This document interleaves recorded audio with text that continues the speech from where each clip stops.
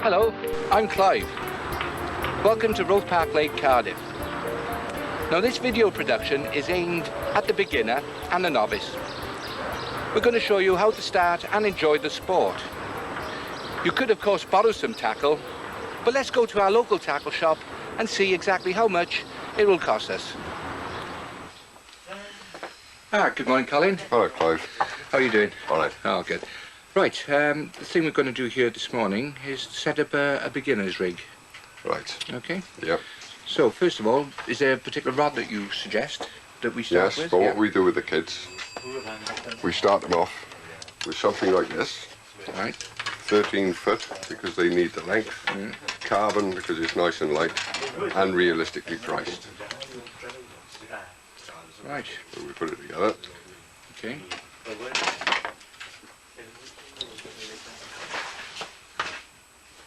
There we are. Right. Let me have a look at this. Would you like to hold the top, Colin?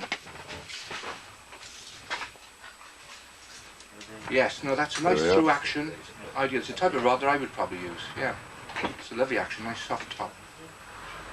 To buffer against striking other fish.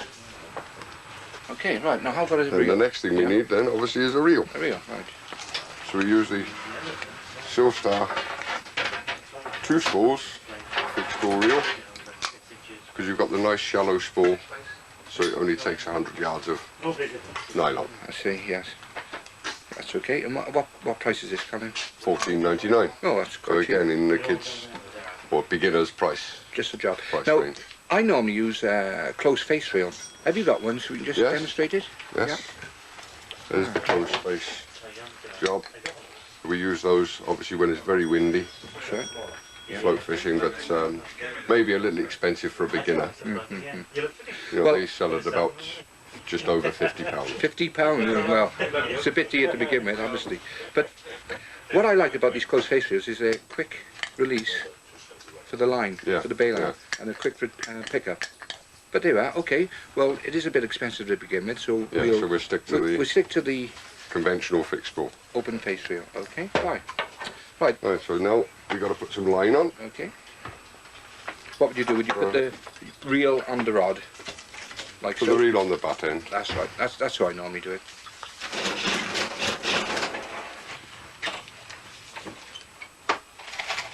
Okay. Tie the line on, So- open the bail line, Open up. I see. Ah, no, you formed a loop there. No, that's interesting. right. Yeah, form the loop, yeah. Pull it tight. pull him tight. Lock him on then, Ah. No, that was and then we interesting. trim off. That was interesting because I always have a problem trying to put start the line on the spool. Right, Okay. now we've got to keep it under a little bit of tension. Yes. Turn it slow. Well, if you like to do that, Colin, I'll hold You it. hold the line. Okay. Now, normally we put a pen through the middle. Pen, Yeah, pen. use your fingers, or so use a float. Yeah, well, There that's we are, just as, anything round. yeah, anything like that. Bit of tension, Bit of tension. And you just and we just wind it on. wind it on. Okay. Very good. There we Okay, are. that's it. Super. The float back. And then when you're not using the reel, you've got a little line guard there, Ah, just no, to clip your nylon in, no, that's so it interesting. doesn't all come Yeah. unravelled. That's very good. That's a good idea. Because otherwise you could use elastic band, couldn't you? Elastic band Yeah. is another method. Very good. So we're all set now with our rod and we're all set with the reel. So now Now how we've about got to tackle up. tackle up with some floats. So normally we'll do a lake setup first. Okay. So this is a sort of float with the insert, so you can see the bites. You know, this is the Clive Branson Of course. inserted Waggler. waggler. Okay. Now we attach this to the bottom only, don't we? Yeah. Okay, so we'll demonstrate how to attach the shots onto the line using silicone Using the sleeve. silicone. Okay, because of Sort the new shop these days, they're rather hard. So if we put a silicone sleeve on the line, it doesn't bite into the line. So the first thing you've got to do is cut 2 small pieces of silicone. Okay. do recommend you use scissors, not a knife. Yeah.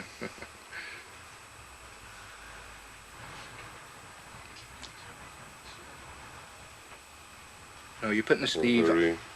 Very small holes. Okay.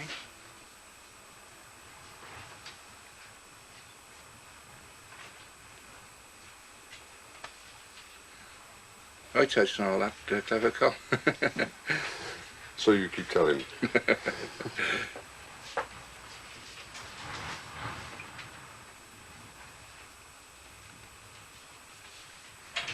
like threading a needle. That's right, yeah. Okay. Yeah. Well, we put the second one on after we put the float on, obviously. Oh, I see, of course, yes. Actually, there's another way to do it, Colin. Rather than 2 pieces of silicone, I use one longer piece and just thread the long piece on and put that actually into the middle. Do you understand? Yeah. Yeah. And you can lock the shots on either way, on either side. And sometimes, as long as you don't lock the shot too tight, you can actually slide it up and down the line. Yeah, I find you can slide it with using a tube. Yeah, okay, well there's 2 ways then, there's 2 methods. Different methods. Yeah. Okay, if you like to put the other piece of silicone on.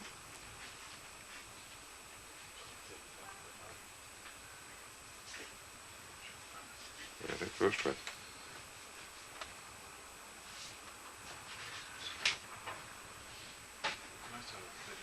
There we are. Right. Now if I hold So that the there. next thing, that's it. You hold that there. So we've got to put the shots on. Now this float takes 5 AAs. So what we work on is about 4 AAs either side. Split shot comes in various sizes, as shown. These are now available in non-toxic materials to protect the wildlife.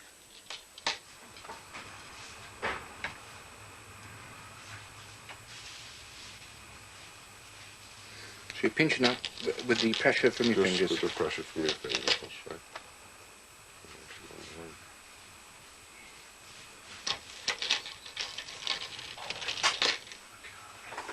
2,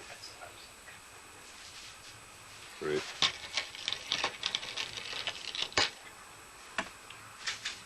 There we are. 4 AAs. Okay. Now that should shot the float to about there. It's about there. And then we use dropper shots then to sink it down so you can spot your bites. Okay, fine. Now this reel line is 2.5 pound. Now presumably we're going to put a tail on there now. That's right, a hooked to nylon though. Okay. Now for a beginner, what would you recommend, Colin? A barbless hook. A barbless hook? A barbless hook, yes. Yes, because if you get it stuck in your finger or in your clothing, it'll come straight back out. Fine, okay then. So first of all, we need to tie a tail from here to the hook. That's Is that right. correct? Yeah? Yeah. Okay then. So what we'll do then, we'll use some stretched water queen line. Now, how do you normally tie your line on, Colin? I usually use a water knot, which is quite simple. It's just a matter of putting the 2 ends together and twisting them around your finger twice. Once, twice. Lubricating the line with a bit of moisture. Putting it together. Now that knot there leaves the 2 tails, and we need to cut that off with a pair of scissors. Or a knife. Or a knife. Okay, then use scissors. I promise I won't cut your fingers. Now, for added strength, Colin, I normally pinch a small shot on there to give it strength. Have you heard of that one before? No. No? Okay.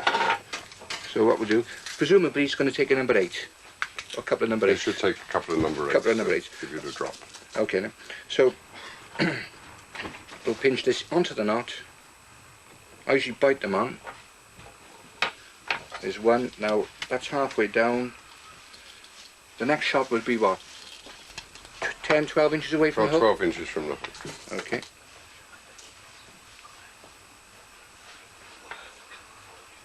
Right, so there you go. So now we need the hook. Right.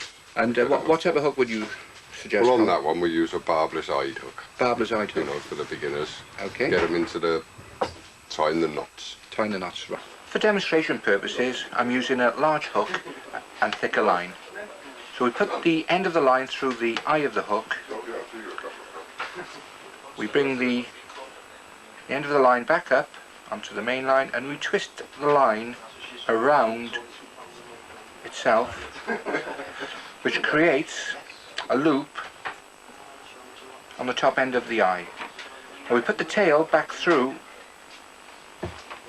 the loop, and we now pull tight. The knot squeezes up against itself, and that's the finished product. All we need to do now is cut the line by there.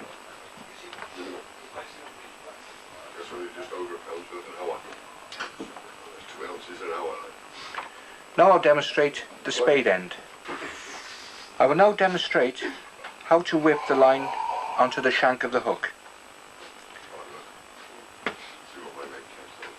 Create a loop with the line, put in the hook into the loop, hold in the line and the shank, and twist the line so we whip it, the line and the shank together. We then hold the line and the shank, put the tail back through the loop, and pull tight. Bring it up to the top of the spade, like so, and there's the finished product. Making sure that the line is coming from the inside of the hook.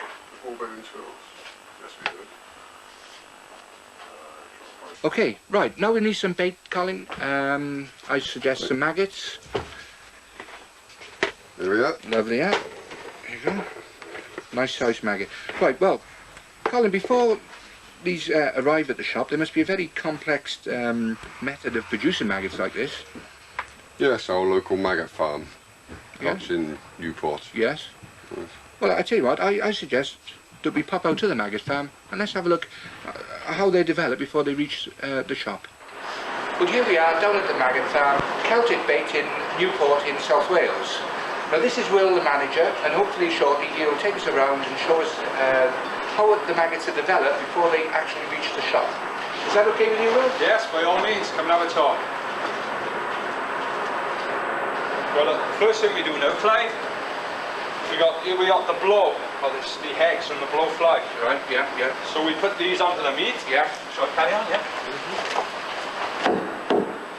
Now it'll take them about 10 days to grow. Yeah. We keep adding meat until they grow. Oh, I see. Yeah. So they get bigger and bigger then. Isn't Yeah, it? they get bigger and bigger. You know, we just keep feeding them until they're big enough. I've noticed in the next, what would you call that?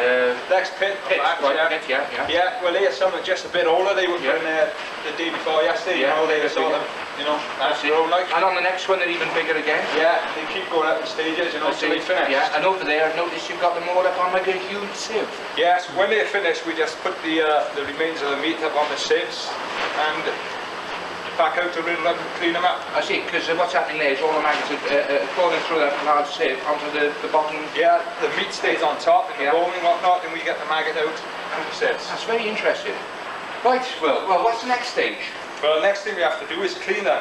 You see all the bones, debris, we get that off. Yeah, what's that, chicken feathers and... It's chicken feathers, fish bone. bones, yeah, yeah, yeah. So we put it on the riddle here.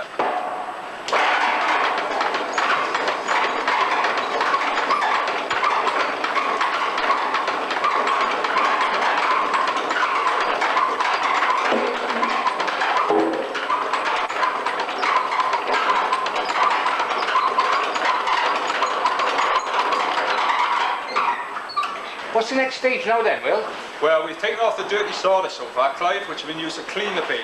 Yeah. Now we're going to take off the bones and the feathers. Right, okay, how do you do that then? Well, we put them on this griddle here. It's Yeah. basically the maggot just crawl through the wire mesh, yeah, yeah. leaving the bone and the debris behind. Just like a normal maggot sieve, isn't it? Yeah, exactly the so- same, yeah, just a bit bigger. And they all crawl through to this tray. Yeah, underneath, and they come out nice and clean now at the Lovely. bottom. Incidentally, Will, I've noticed these are yellow.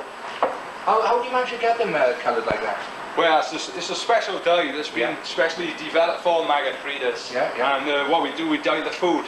Oh, I see. We dye the meat and the maggot actually, it's internal then, it won't rub off or anything. Oh, so when the maggot actually eats the meat, the colour's inside, not on the outside? Yes, it's inside, so it's, you know. I noticed you've got some red ones here as well. Yes, there's some red ones there as well. We do red, you know, bronze, you know, the normal colours like. Super.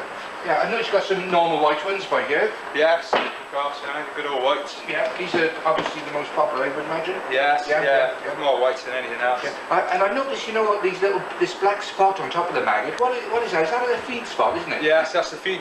They call it the feed sack. It's the you know, it's what their last meal like.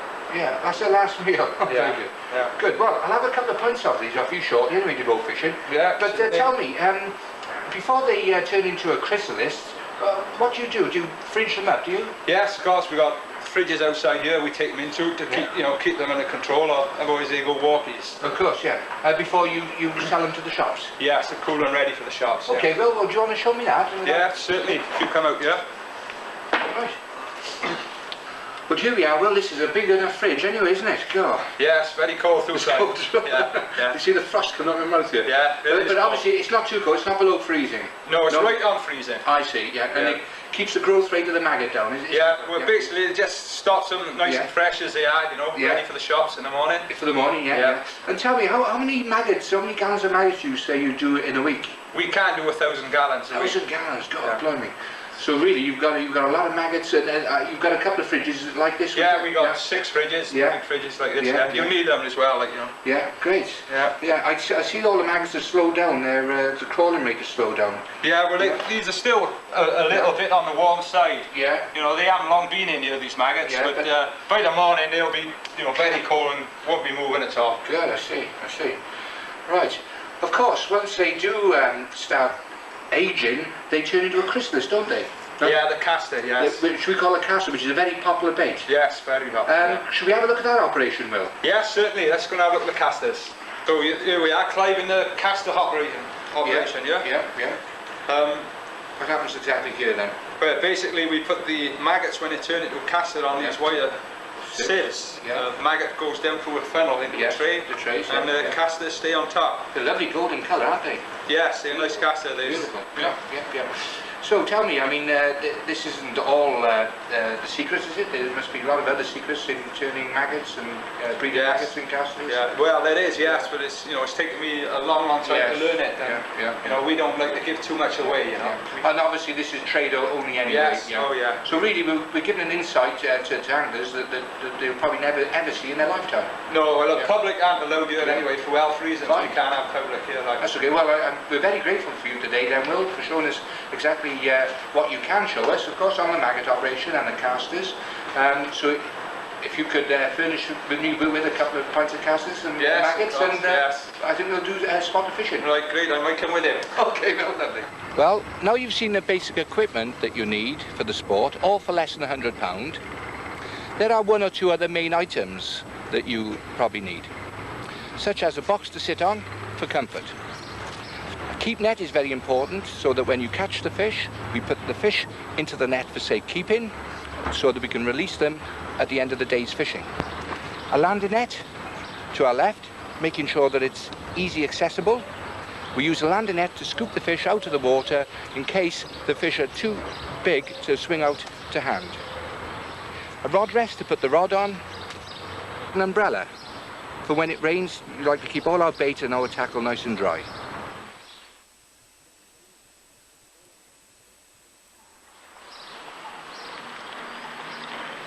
I am now going to tie the float rig, which is already set on the winder that we set up in the shop, onto the main reel line. So again, I'm going to use a water knot,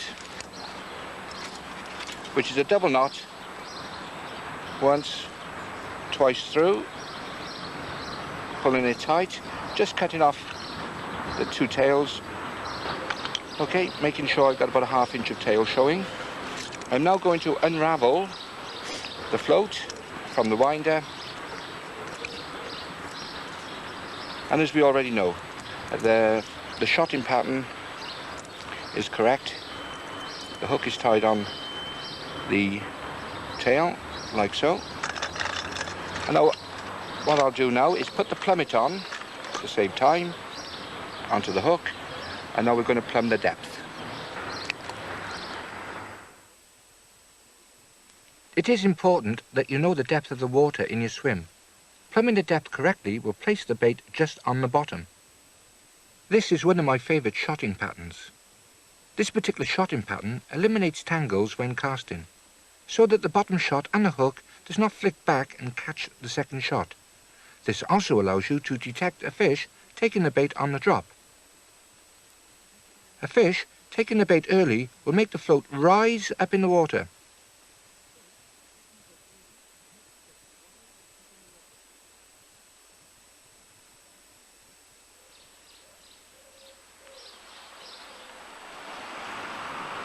A maggot will actually crawl one way up, normally with a feed spot on top. So if that's the case, we need to hook the maggot a certain way. If we pick the maggot up and we find out where the feed spot is, or the feed sack as it's sometimes called, which is on the top, we need to hook the maggot from behind, like so. Okay? The reason being now is that when that crawls along the bottom, the hook will be upwards, just like so. You see? Now, if the hook was in, if we hook the maggot through the other way, then the point would be dragging along the bottom, and there's more chance of it snagging the bottom. So if we hook the maggot upwards from the feed spot, the point will always face upwards. And when a fish will come along and suck that up, when we strike, the hook will go upwards up into the, hopefully, the top of the mouth. Another way of hooking maggots is through the mouth. Now, normally we do that when we get shy bites. In other words, the fish is just nipping the end of the maggot. So what we do, we hook the maggot in the top end of the mouth, like so. Okay?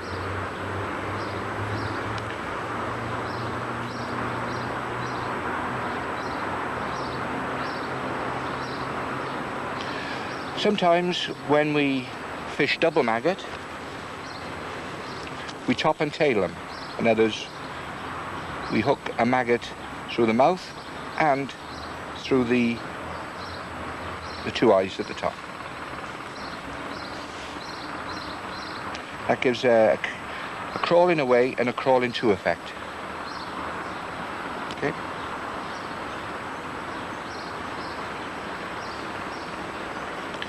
We also thread our maggots. That is another method, sometimes to hide the hook.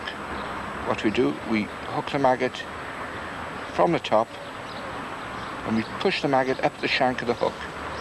So the whole of the hook is concealed within the maggot.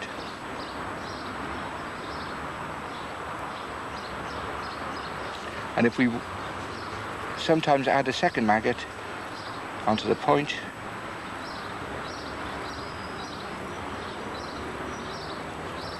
like so. Yeah. It's another attractive way of hooking the maggots.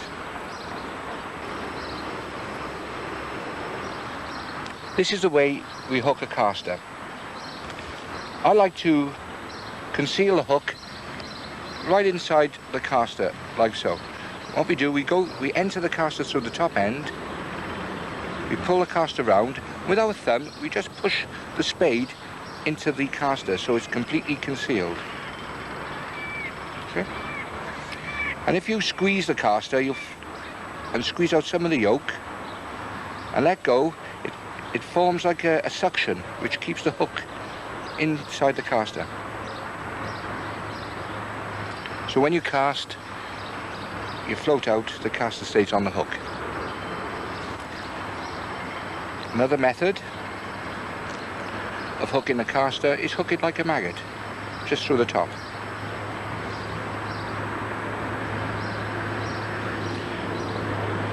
Double casters again. We hook the caster halfway down and then through the top. So you've got a double caster bait.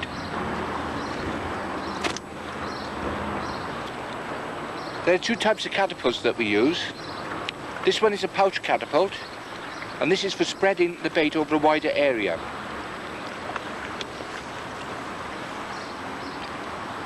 Put the maggots in the centre and you fold the pouch over around the maggots.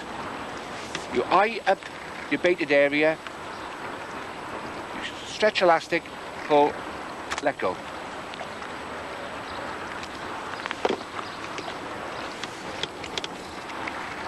The other type of catapult is a cup catapult. This cup catapult tends to concentrate the bait in a finer area. Put the maggots in the bottom, pinch, stretch elastic over the baited area.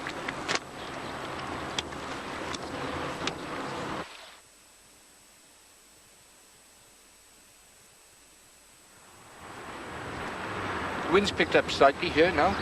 It's good, it's making a nice ripple on the water. Now I'm going to show you how to cast. The first thing we need to do is to have the float halfway up the rod. It's no good having it right up to the top of the rod or all the way down to the butt. It's got to be about halfway. We then take the bail arm off and we hold the line against the spool with an inside finger. We then look at a feature opposite, namely that tree, and we cast towards that, past the baited area, and just before the float hits the water we just touch the line to feather it so all the shots fall forward so it doesn't tangle itself. We then retrieve it back over the baited area, and this is how we do it.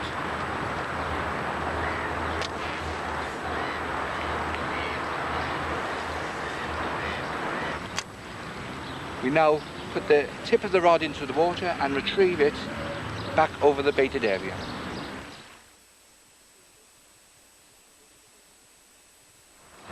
Now when we strike, particularly on a lake, because of the drift of the water we get a bow in the line. Now we're not always sure where the line is going, so for insurance it's best to strike upwards, so then it eliminates what we call the snake in the line. And this is how we do it.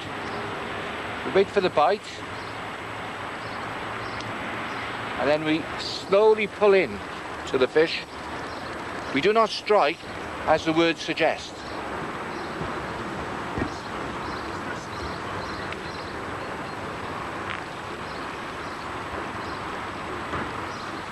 I always hold the fish slightly upside down and grab hold of the shank of the hook and lift it the same way the hook went in.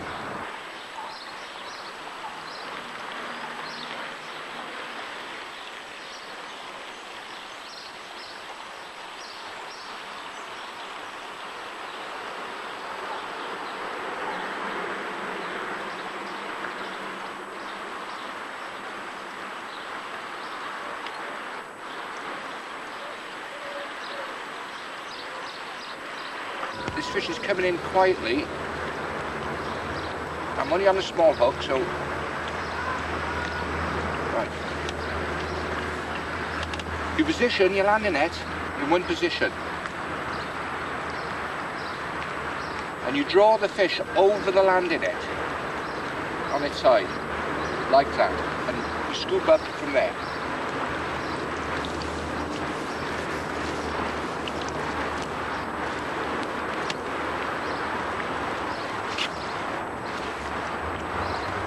Now this fish has actually swallowed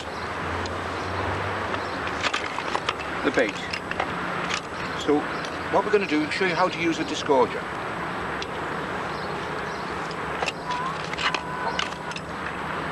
Now with a disgorger, you push it on the line just above the fish and you slide it down till it meets the bend in the hook, and with one small pull you pull it out. Okay?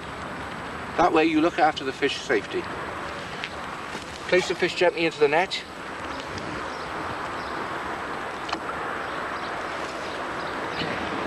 Now you've seen how I land a fish. Don't make the same mistake as a lot of youngsters and hold the landing net out of the water. I've seen them try and land a fish and put the fish into the net, out of the water. The secret is to hold it still, slightly under the water, and draw the fish over it. And then just scoop out gently. Don't chase up and down for the fish, because the fish will get frightened and scared and probably come off the hook.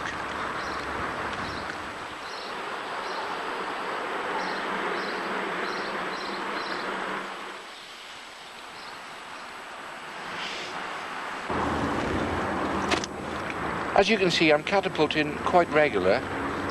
The bait has got to keep going through the water little and often to attract the fish to come to the swim. Don't fire the maggots everywhere. Keep it in one place all the time and let the fish come to you.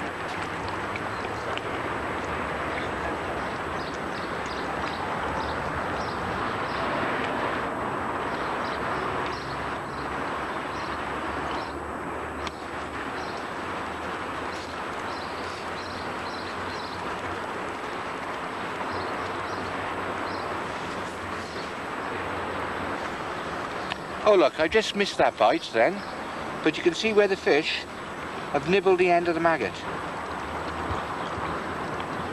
So what we've got to do now is put a new fresh maggot on.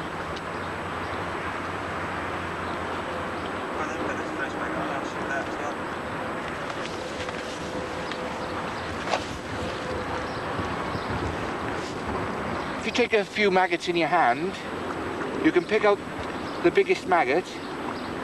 That one. Let me hook it. Ready.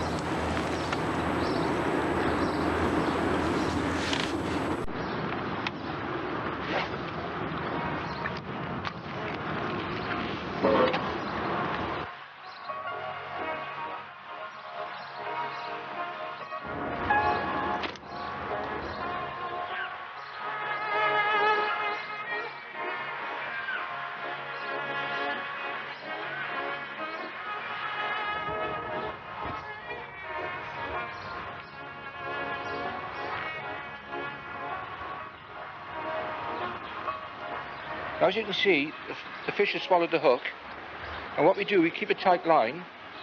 We put the disgorger into the line and slide it down till it meets the bend of the hook. And you just slide it out like that. Okay.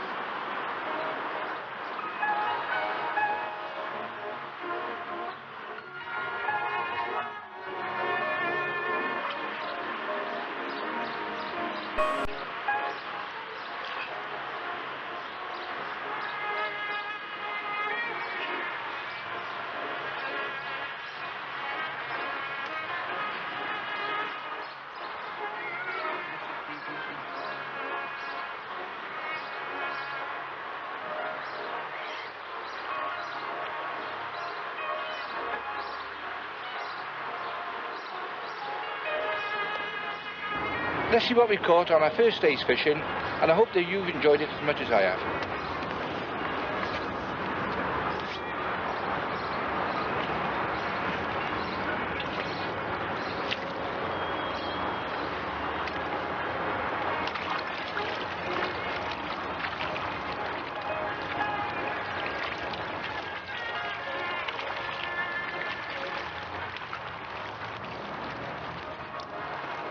Right, what have we got here then? Some nice prime roach. About 5 or 6 pound. Not bad for a couple of hours fishing. Here we go. Put them back nice and gently.